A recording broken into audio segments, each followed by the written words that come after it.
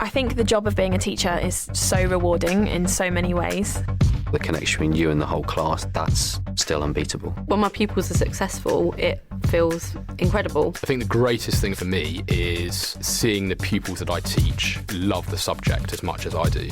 I don't think there's any other job where you get the same satisfaction. That's why I chose to teach. You could get £26,000 tax-free to train. Search Apply to Teach. Selected subjects only, subject to eligibility. Gamertag Radio is on play.in. You can now watch Gamertag Radio live on Twitch. Get all the latest news and coverage related to the gaming industry. Join hosts Danny Pena, Parris Lilly, and Peter Toledo. Don't miss the crew record the podcast live Sundays, 9:30 a.m. Eastern Standard Time or Wednesdays, 9:30 p.m. Eastern Standard Time. Get involved with the conversation, send us questions, and be part of the show. Gamertag Radio. Follow us, twitch.tv/Gamertag Radio. Ladies and gentlemen. Ladies and gentlemen. Podcasting since 2005. You're listening to Gamertag Radio. With your host, podcaster Hall of Famer Danny Pena, the always opinionated Parris Lilly, and from outside of the norm, Peter Toledo. This is Gamertag Radio. Here we go. Welcome to Gamertag Radio, episode 694, and I'm here with the one and only Parris Lilly. By the way, this is your host, Danny. Parris, what's up, man? This is a big show today, man. Yeah, this is a huge show. It's something that I've really been looking forward to talking about for the past week or so. Just not being able to get this information out there has been killing me. But just to cut to the chase, last week I went up to Seattle. I went to Bellevue, Washington, and I was at Bungie for 3 days, and I got to play Destiny 2. And I can talk about some of it today, not everything, but I just want to first and foremost thank Activision because they flew me up to Washington. They paid for all my accommodations while I was there. So just thank you to Activision and thank you to Bungie for being great hosts while I was up there. And if you hear people in the background, it's because we're live here in LA, Anaheim exactly. We're at Podcast Movement 2017. We came here because we got nominated for the awards, the Academy of Podcast Awards happening tonight.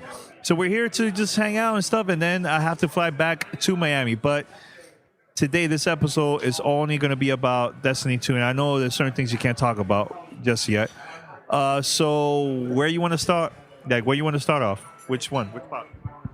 Okay, so like I said, I got hands-on with Destiny 2, so just to kind of give you guys background and everything, I can only talk about the European Dead Zone today. I can't get into specifics about weapons and infusion and story campaign, none of that stuff right now. I'm only specifically talking about my experiences in the European Dead Zone. And just to give you guys context, I had about a good 15 hours of gameplay in Destiny 2 last week. So I've seen and done a lot more than I can talk about today, but we'll get into that more down the road. So first and foremost, European Dead Zone. This is literally the biggest environment that Bungie has ever made in any game they've ever done. Destiny, Halo, etc. I guess it to be about double the size of the Cosmodrome from Destiny 1 to kind of give people context. Even if you add in the Rise of Iron Cosmodrome, I would still say that's probably only about 75% of the size of what the European Dead Zone is. European Dead Zone environment it's this big forest area. There's like this old European, like kind of cathedral church areas that are there. The Cabal have their built-in structures that they put in there. And like I said, it's vast. It's very diverse. There's a lot of cave structures, tunnel structures that you'll be able to go to. It's freaking huge. Like I said, there's no way I saw all of it while I was playing. And I got to play a lot and I got to see a lot in that area. But again, it was huge and vast. So the other thing, the enemies that I saw while I was in the European Dead Zone, the Fallen, there's a new House of the Fallen that has taken residence up in there. Their fighting style is actually different than what the Fallen that you would have seen in Destiny 1 or even like the Siva Fallen that you saw in Rise of Iron. Like, for example, some of the Vandals, they'll actually get on all fours and come at you like a spider, it's like run up on you. The Dregs will actually start taking cover. The Captains, they're just very aggressive in this version of the Fallen that we see in European Dead Zone. The Cabal, obviously, the Red Legion, they have a heavy presence in the European Dead Zone. You're going to see your Legionnaires, you're going to see your Scions, you're going to see some of the higher tier, and I'm blanking on a name, I apologize, but a lot of the Cabal enemies that we saw in the Destiny 2 beta obviously show up in the European Dead Zone as well, but some of the battles are just ridiculously intense with those guys. The Taken are actually in the European Dead Zone as well. I saw them a few times in some public events that I did, but didn't see any Vex, and I didn't see any Hive. They may or may not show up elsewhere in the game, but they're definitely not in the European Dead Zone. So that pretty much covers it for the enemy types. Some of the things that you can do in Destiny 2 in the European Dead Zone, probably my favorite thing is adventures.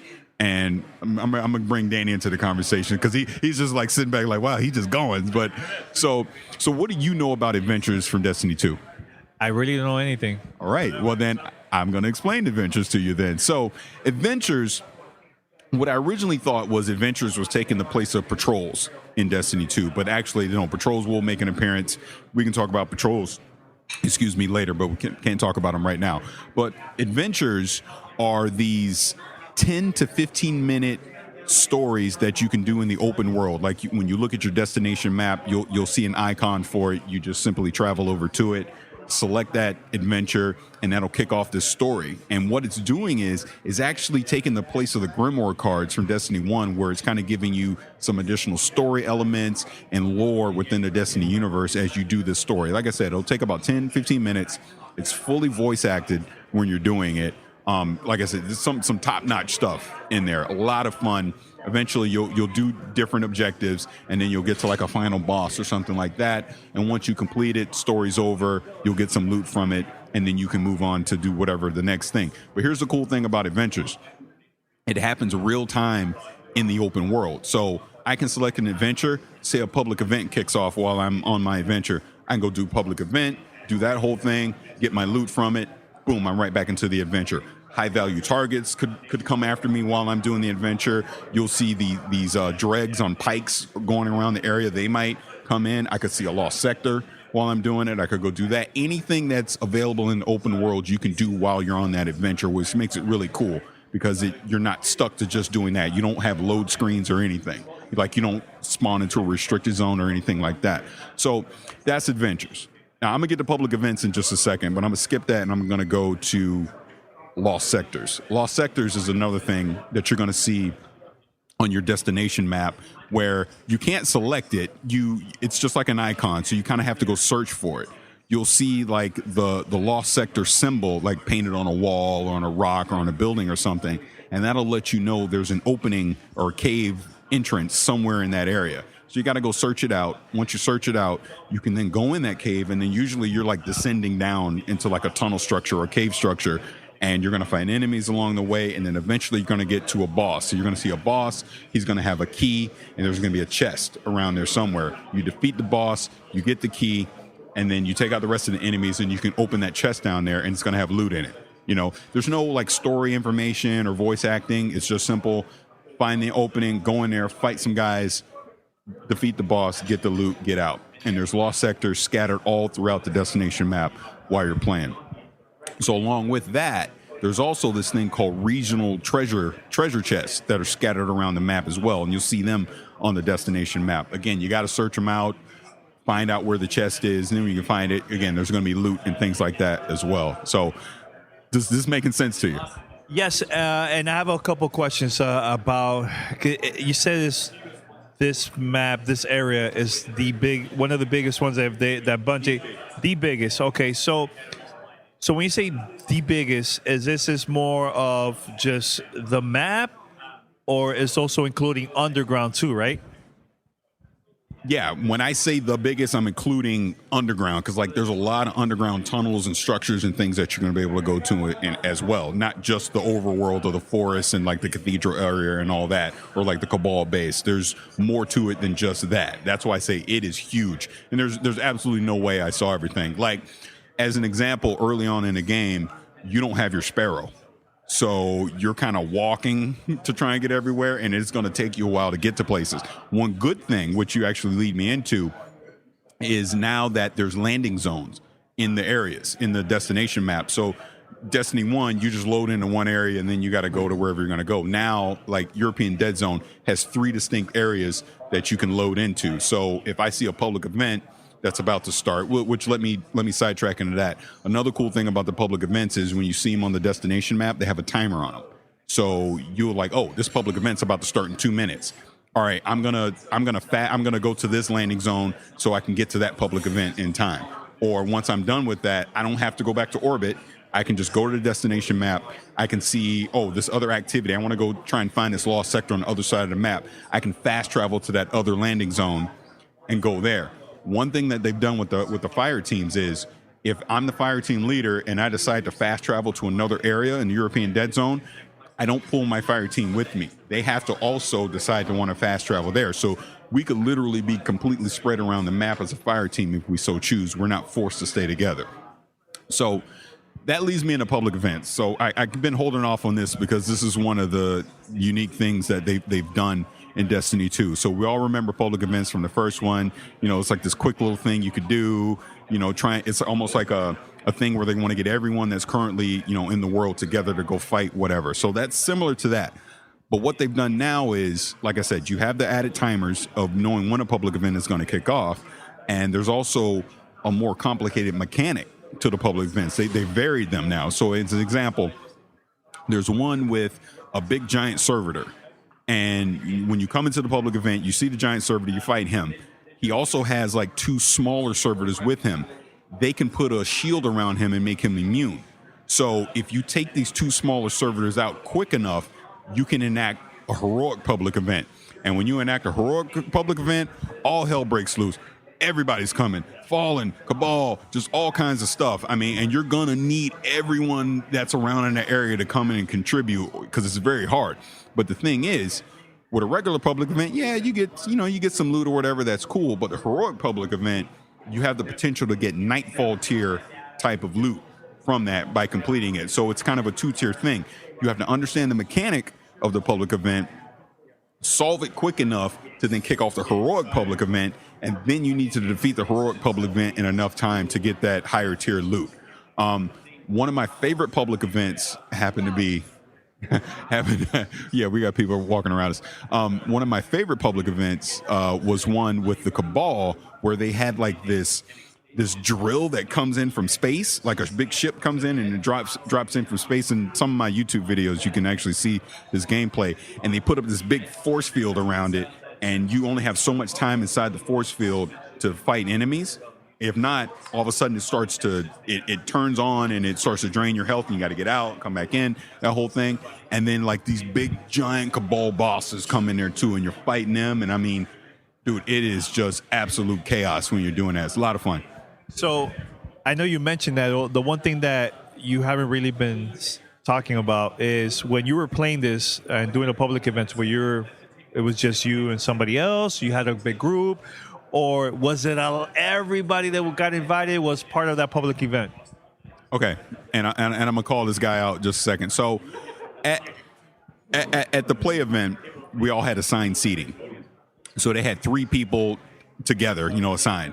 So it was me and Dave from PlayStation Nation, which if you watch my videos, you'll see him in there with me, playing a lot together. But it's supposed to be a 3-man fire team. So I won't say his name, but a certain reporter from Engadget was with us, and he wouldn't play with us because he didn't really know Destiny. And he's like, you guys are too good. I'm just going to go solo. So when you see my footage, it's just 2 of us for the most of the time. But with that said, yeah, a lot of the stuff we did just 2-man. But the public event stuff, you'll see other people that are in the world, because even though we were in our own fire teams, we were all on the same server. So you would see other people at the event coming in, and they would be helping us too. Trust me, in heroic public event stuff, you had to have more people. There's no way we could have 2-manned it because it's that hard. But going back to the public event stuff, so that's, like I said, it's a very fun activity. They've definitely upped their game from what it was in Destiny 1, and it feels more varied, and it feels more like you need to work together as a group. Which brings me to the next point, flashpoints. Flashpoints is what Bungie has decided they're going to do as a weekly event that's going to happen on different planets. Cade is kind of going to be your quest giver for this, and it's a way to get everyone to come to one planet to complete these activities. And what a flashpoint is, you're going to be doing all these different public events, and it's like a quest that you have to complete, because when you defeat so many, you'll complete the flashpoint. And it's like I said, this world event with a world boss at the end. And then once you complete that, I mean, again, you're going to get all this big loot, but it's a thing to encourage more people to work together as a team that aren't necessarily on a fire team together. It's to, that whole communicating without actually talking to the person kind of thing in a public space. So that was a lot of fun. I actually have that on video as well. I kind of talked about the high value targets already a little bit. There's a lot of scannable things in the environment with your ghosts, which is going to give you, again, more story, more lore and everything. Because like I said, the biggest thing that Bungie talked about with us was they don't want you to leave the game to experience the game. They want you to do everything in game. Now, I can't talk about guided games or any of that stuff right now, but that's the whole point of adventures, having the voice acting and the story elements in it, the scannable environments, having voice acting with that as well, because they want to tell the complete story of Destiny inside of Destiny. You should never have to leave the game to find out more about the game. And honestly, as a person that is not a crazy hardcore Destiny guy, it sounds pretty cool, like all the stuff that you've been explaining. And exactly, I think a week or two ago, we were having a conversation with a game director of Assassin's Creed, and I mentioned one of the things that I kind of liked from the past games was us like giving reviews of like the missions and stuff. And one of the things that he said, he was saying that the reason why they removed it from the game because they don't want people to stop that experience that they've been having in the story. So it's kind of similar to that with Destiny, because one of the things that I had an issue with Destiny is you get out, it's like loading time, you gotta wait. It's like, but it feels like this one is like, it's all in the same game, less loading time and everything compared to the first one, right? Okay, now I'm gonna I need to pick up these names that I'm about to drop. So when I had a chance to talk with Luke Smith and Mark Noseworthy at the event, that was Luke kept pounding the fact over and over. They want to get you to the fun quicker. I look at everything that I saw in the European Dead Zone as quality of life changes. They want to get you into the action quicker. That's why you don't have to go to orbit anymore. That's why there's multiple landing zones. That's why you can fast travel now. That's why there's timers on the public events. That's why they have these adventures scattered around everywhere. That's why there's the treasure hunt stuff everywhere, things like that, because they want you to be able to play the game quicker. We're about to, I think, order another drink, but I'm just going to keep it going. So one other thing that I didn't talk about yet is every planet has their own NPC character. And for European Dead Zone, that NPC character is Devrin K. You've probably seen him in some of the trailers. He's the guy that's sitting in the top of the church with a sniper rifle. So without going too in depth, because we'll talk about some of this stuff later, he's kind of the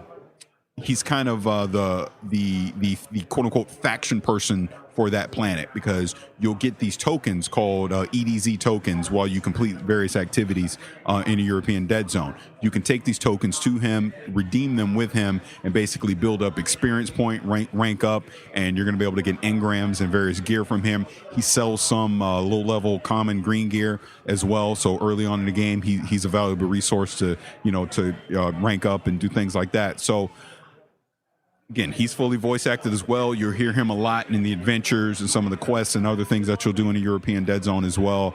And again, it's another quality of life thing that they've done from Destiny 1 now going into Destiny 2, where overall, the European Dead Zone to me feels more alive. I feel like there's just so many things to do, whereas in Destiny 1, you kind of went through the Cosmodrome and everything. I felt like after the first day, you almost felt like you did everything.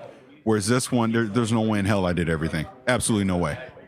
And by them making this area huge, pretty big, there's a lot of things to do, but also to discover, and also probably like a lot of like items and stuff that you will get because of the stuff that you do in there, right?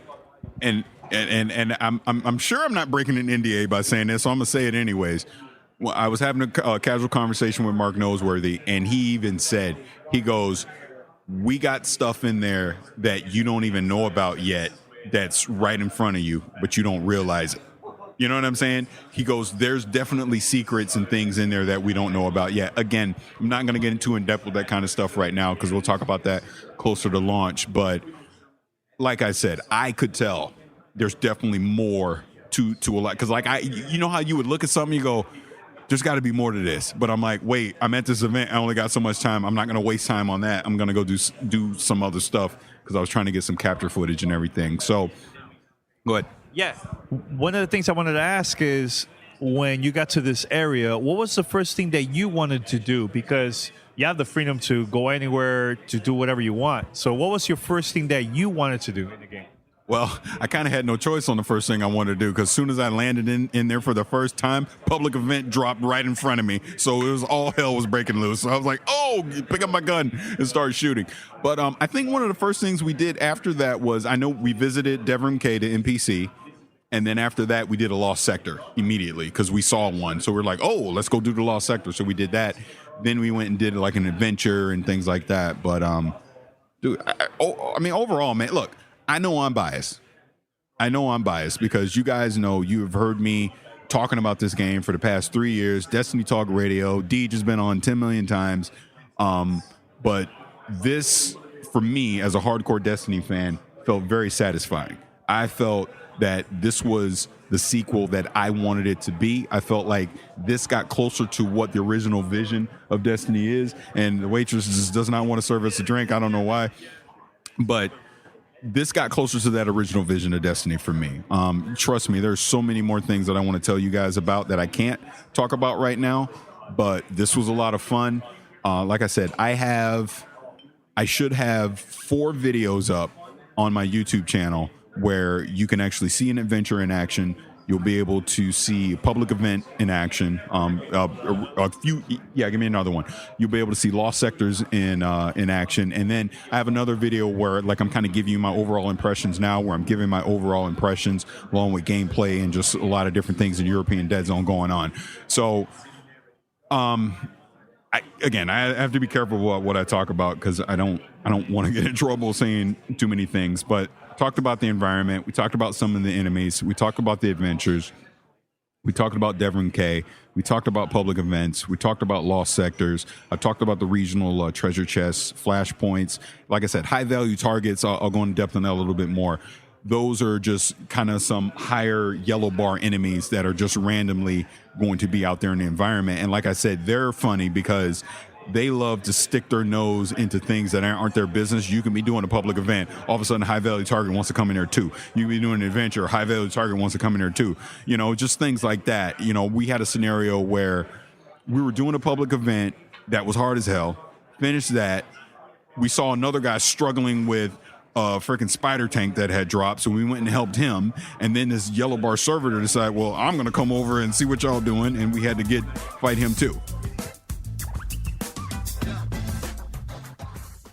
Welcome to Play It, a new podcast network featuring radio and TV personalities talking business, sports, tech, entertainment, and more. Play it at play.it. Check it out. You're listening to Gamertag Radio. Now, my question about the public events, how many people, like the most that you had that was involved in part of this public event that you got into, you remember? I mean, hard to say exact. It had to have been at least 10 to 12 people at one point, I would say, that all converged on, especially when we were doing the Flashpoint stuff, which is like the world event stuff, because now everyone is kind of all trying to do the same thing at once. So you would see a lot of people converging on a public event together. All right, cool. That sounds it. It got me very interesting now about the game because, like you said, there's so many things now to do. Now, what if you're by yourself? You don't have friends, and you're by yourself doing these exploring and stuff like that. Do you think you're gonna feel like you need someone with you, or you're okay doing all this on your own? I feel like you can do a lot of it on your own. It's obviously better to do it with a fire team with friends. And ask me more about that again on September 5th. I may be able to say some more things about being a solo player in Destiny 2. But they've definitely made it better for a solo player. I'll just say that. Okay, cool. Anything else that you could talk about today? Because I know it's a lot, and I know you have a lot of videos and stuff on YouTube. But go ahead. Well, I'll just say this, kind of getting away from the game itself for just a second, and just overall my trip being there. I mean, on a personal level, and you already know this, bucket list item for me to be able to go to Bungie. I mean, I've been a fan of Bungie games since Halo CE. You know, it's always been something that I've wanted to do, was to be able to tour that studio and see all the fun and just entertainment that they've damn near given me for 20 years at this point. Being able to visit that studio, you know, being able to sit down with a Luke Smith, a Mark Noseworthy, a Lars Bach, and, you know, just talk to those guys, you know, talking to Deej about any and everything, you know, for the past 3 days, talking to Urk, all these guys that you may have seen in videos or on YouTube or whatever, or, you know, just know about because they've been creators of this game, being face to face with them and interacting with them, and not even necessarily talking about the game. It's talking about life, man. Talking about our kids, like me and Noseworthy talking about hitting the gym and working out and all this kind of stuff, you know, was really cool. I mean, it's something I'll never forget. I'll tell you that. And I'm just saying that on a personal level. Like I said, you can call me biased, whatever, but I mean, that was, look, you remember, okay, let me tell this story. I was in Cabo. And I'll never forget it. I get the email. I'm in Cabo, and I just so happened to be checking my phone because we were in the room with my wife, and I go, oh my God. I go, what? I go, they want me to go up to Bungie. Oh my God. So, and then I hit you up, and I'm like, I don't know if I can do this. I'm on vacation now. I'm kind of working, and I call my boss. And my boss was like, absolutely, go, and the whole thing, and you know, we made it happen. Because, you know, like I said, I got up there on a Monday night, and we got to play the game right away on Monday night for a couple hours, kind of the stuff that you saw in the beta and everything. And then they basically got us up past the beta stuff, ready to go to the European Dead Zone. And that's, all right, you can't play anymore. And then the next day, we literally just got to play all day. And then the third day, can I say this? I'm not going to say it because I don't know. Then we did some other stuff. And then we, you know, and did all that. But it was a cool 3 days being up there. Absolutely. And it seems like Bungie are very excited about this project. Very, very excited and happy. And I know usually when we go to events, you could tell that there's people behind us just checking in to see what we're doing. Maybe they want to see if we're going to discover stuff that maybe only they know. But the most important thing is they want to see our reaction while playing this game. To you, Parris, how happy was Bungie seeing everybody there playing this game that they've been working on now for like a couple of years? Well, it's funny you bring that up. It was a mixture of happiness, curiosity, and fear. Because this is the first time they've given the game to the quote unquote press, to the public, like the game. Like I played the game. You know what I mean? There was no walls or anything. I could go do whatever I want. What you guys are going to play on September 6th, I played last week. And we'll talk about what I played later. But that's what I played. But yeah, there was an excitement as well because they're excited. They're proud about this game. But it's, you know, it's always a thing of you think what you got is great, but what does the other person think once you hand it over to them just untethered and they can go do whatever they want? So yeah, there was definitely a lot of curiosity. You saw a lot of Bungie employees coming in and out, kind of peeking over shoulders, seeing what we were doing. You know, hey, how you enjoying it? Got any questions? That kind of thing. I'll say this because I don't think he'll mind me saying this. So I'm talking to Luke the first night, and I didn't even ask him. He volunteered this information to me. He told me that with the because you know him and Noseworthy led the Taken King, that expansion, right? That as much as people love the Taken King, there were things about the Taken King that they absolutely hated, that they weren't proud of. Let's put it that way. Not hated. Hate is a strong word. That they weren't proud of. because obviously deadlines, you got to get it out.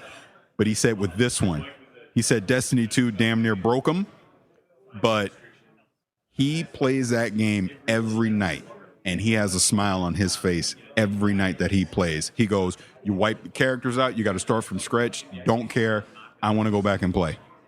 And, he plays it with a smile. And I can say with great confidence, I had a dumb smile on my face for 3 days. And that's just the God honest truth. Well, Parris, hold on a second. We got to talk about our sponsor, Western Digital. With WD, you're now able to get solid-state drives and hard drives to fit your unique needs. When you add the superior performance of a WD solid-state drive to your PC, you get blazing read speeds so you can boot your system quickly, load games, and other applications in the snap. And by the way, I bet Parris now has been editing a lot of these Destiny 2 content. It's been loading like crazy, right? Super fast and a snap. With a snap. Awesome.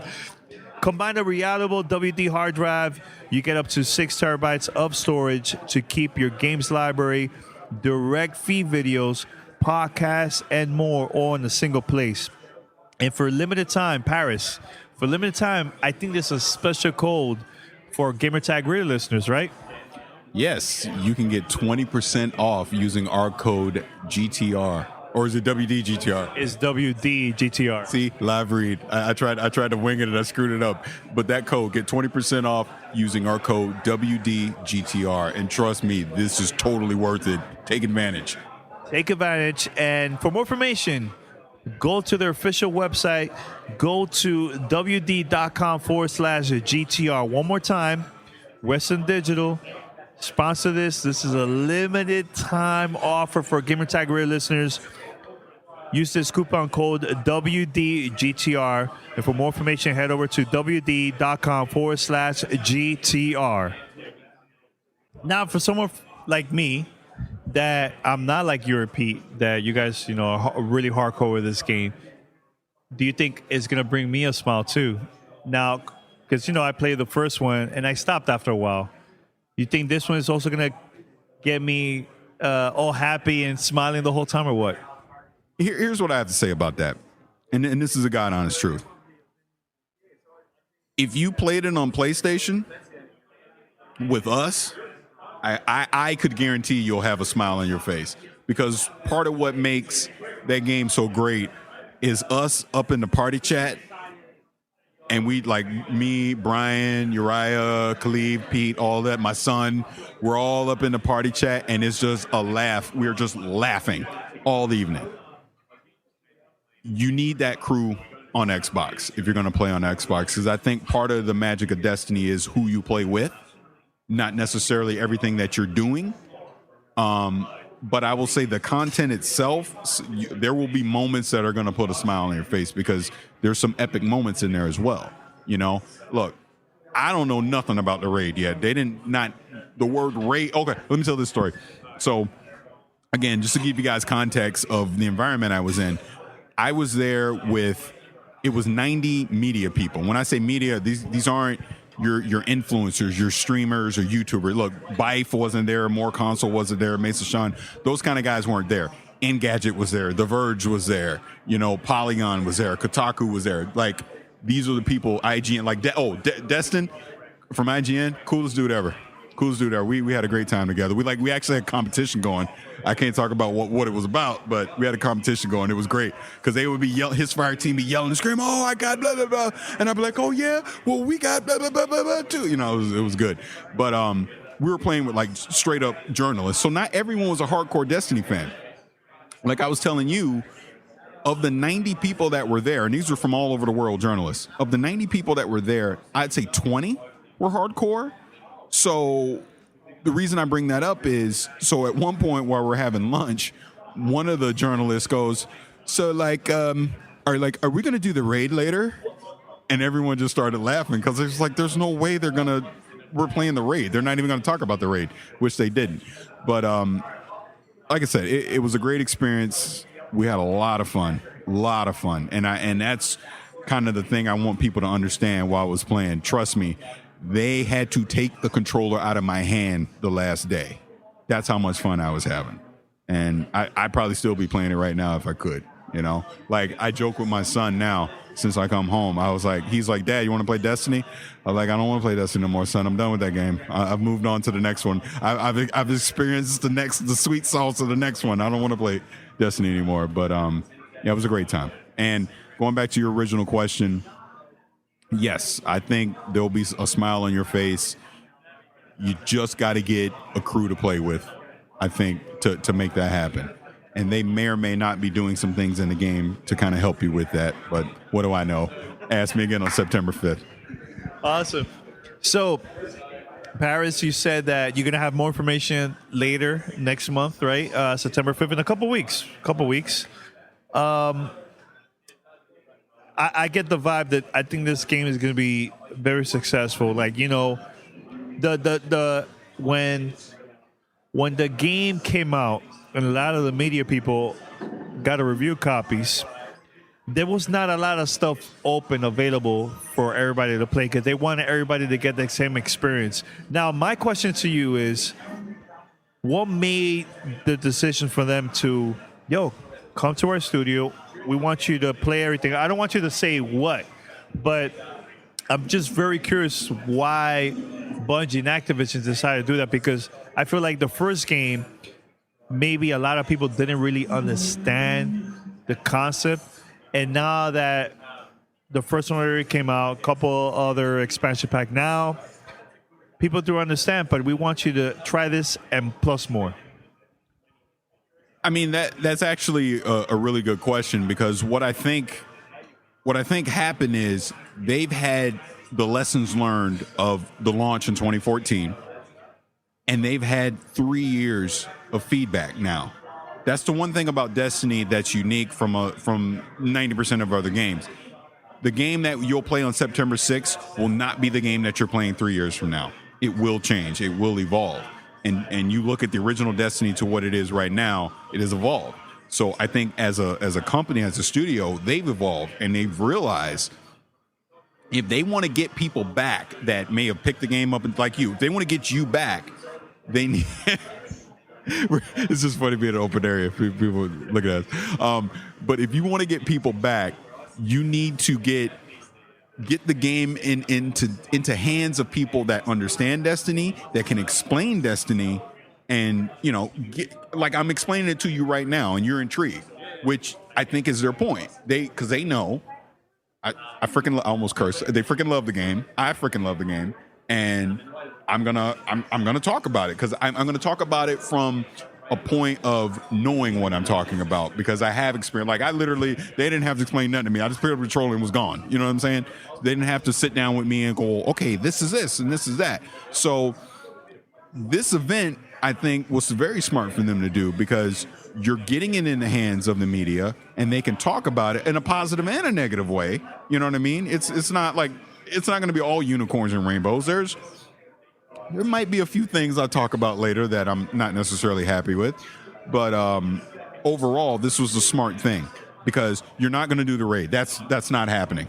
They don't want to spoil the raid. I wouldn't want the raid spoiled for me. You know what I mean? They want you to experience a lot of this stuff for yourself. So there's still a lot of things I've not seen. There's a lot of things I have seen, but there's still some things out there that I don't know about.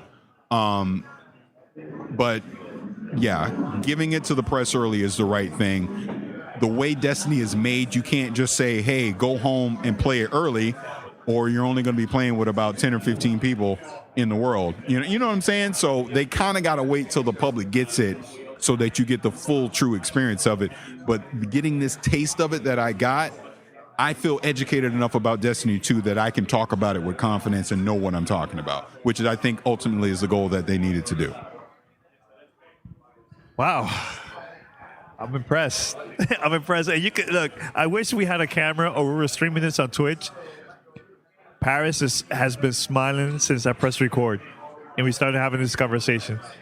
You've been smiling because I feel like you played enough that you're happy what you have seen so far, So the challenge, I think, is people like me right now I'm just very interested, very curious about the game. I just want to see it for myself once the game releases, and I play this now for the first time with you guys or by myself too. So, you were gonna say something? No, I was gonna say, and I understand that my opinion can be biased because I don't hide the fact that I love the game, that I play the game all the time, and I'm obviously very invested into that community, So I understand someone could listen to what I'm saying. I was like, yeah, but that's Parris though, man. He gonna say it's good anyways. But for me, as being a quote unquote super fan of the game, I came away happy, which I think, if anything, is a good thing because and look, you know how I am with Xbox and all that stuff. I'm critical of the things that I love. If I don't like something, I'm gonna tell you I don't freaking like it. And for the most part, I really like what I played. I'll say this: what I didn't like, I will talk about on September in September at launch, because there are things I did not like about the game that I wish they didn't do. But that's not a part of the European Dead Zone, so I can't talk about it right now. But overall, I'm satisfied with what I've seen so far, for sure. Anything else? I know you're planning to have a Q&A on our Twitch channel, right? You're going to share some footage and do Q&A with people that are there. Anything else besides this?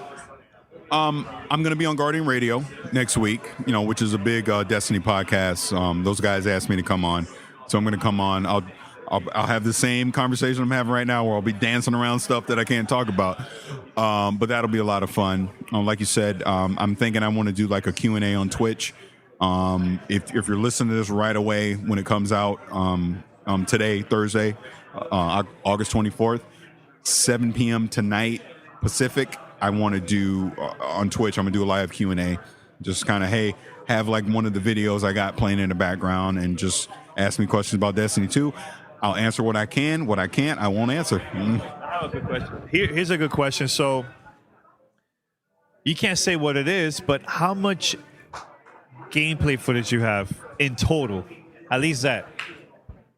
Over 3 hours. And I'd have more, but they wouldn't let me capture more. I got about 3 hours of capture footage. Okay. Well, Parris, man, that was cool, man. What's next? What's your next goal now after this? Because you already visited Bungie. You got a tour. What's next? What's next that you think is going to be part of your bucket list in the future? Oh, man. That's a good question. Visit Nintendo. Are they in Kyoto? Are they in Kyoto? They're in Kyoto. Nintendo. Yeah, in Kyoto. I think they're in Kyoto, Japan. Yeah, I would love to do that. Because I've met Miyamoto before, so that's off the bucket list. Yeah, gaming bucket list. That actually was a good question. What else is left? I've visited Bungie now. I've been to Microsoft. Yeah. Yeah. You know what I'm saying? That, to me, that doesn't really have the history or anything behind it to where I'm like, oh my God, I'm at PlayStation. You know what I mean? Yeah, Nintendo would be it. I would love to do that for sure. Absolutely. All right, that's it. Head over to gamertagradio.com or play.it/gamertag. Listen to our past episodes. You also can find us on iTunes, Spotify, TuneIn Radio, and other podcast directories. And if you want, you can watch us live on twitch.tv/gamertagradio. All right, Parris, thanks a lot. Until next time, we're out. Peace. Thanks for listening to Gamertag Radio. Be sure to like us on Facebook and follow us on Twitter.